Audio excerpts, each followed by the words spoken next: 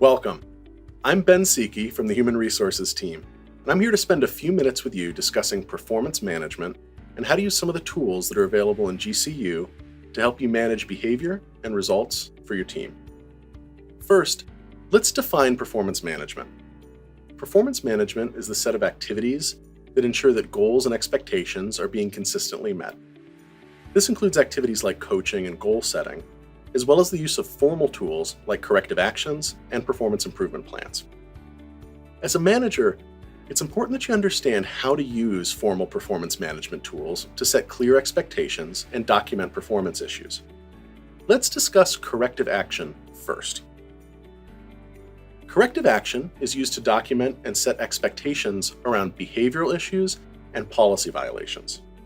For example, someone that struggles with their attendance, submits their expenses late, or doesn't do something that they've been asked to do are all situations where corrective action is usually appropriate. There are 3 types of corrective action that you can issue, and they're usually issued in the following order.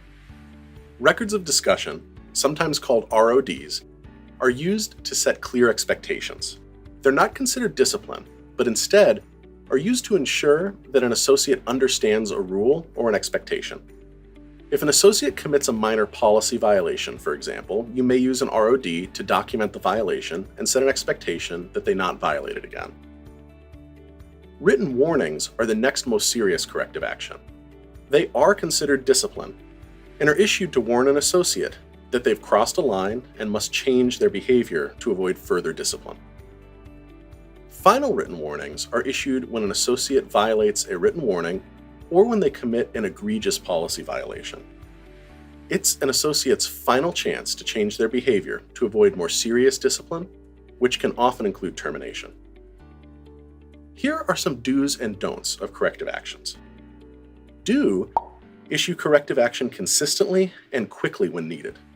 If you've already given multiple verbal warnings, for example, it's time to issue formal corrective action. Don't wait too long before documenting an ongoing or consistent issue. Don't issue multiple corrective actions for the same issue at the same time. For example, it's inappropriate to issue an ROD and a written warning, both for attendance, in the same sitting. You have to give someone a chance to improve their performance after you issue a corrective action and before you issue another one. Do be sure to follow the instructions in the corrective action form in GCU. This includes using the SBI-DI feedback model and setting a clear expectation about how soon the associate must change their behavior. Don't use corrective actions to manage results. Corrective actions are for addressing behavioral issues. Performance improvement plans, commonly called PIPs, are used in 2 different situations. They address associates' issues in achieving results. This could be failing to meet a sales goal or failing to deliver a project on time, for example. If those results fall short because of significant skill gaps, then you'll need to address those in the PIP as well. Next, they're also used in situations where an associate has many performance issues that need to be addressed at once. These can include issues with behaviors, results, skill gaps, or all 3, and when an associate's performance requires that all of these issues be addressed at once. PIPs are different from corrective actions in that they can focus on results, not just behavior, and in that they can address multiple issues at once.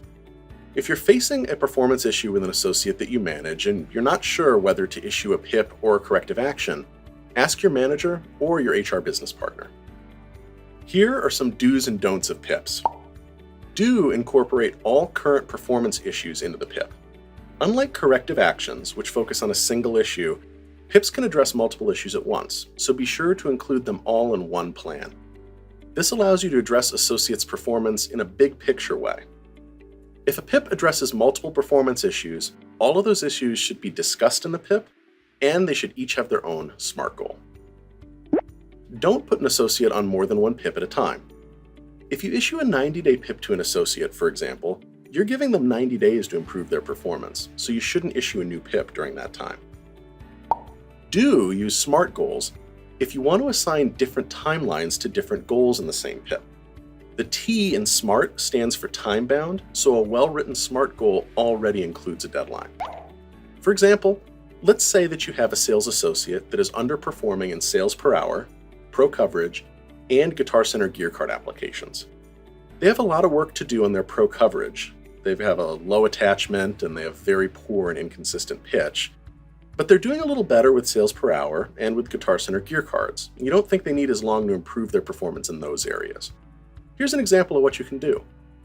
Initiate a 90-day PIP using the SBI and DI sections to describe the issues and what needs to change and why.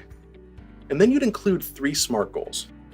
A SMART goal for Pro Coverage that gives them 90 days to improve, a SMART goal for sales per hour that gives them 60 days to improve, and a third SMART goal for Guitar Center Gear Cards that gives them 60 days to improve. Do make sure that SMART goals are updated regularly with progress updates. Managers and associates should make regular updates to the SMART goals, which show up in the associate's goals and objectives plan in GCU.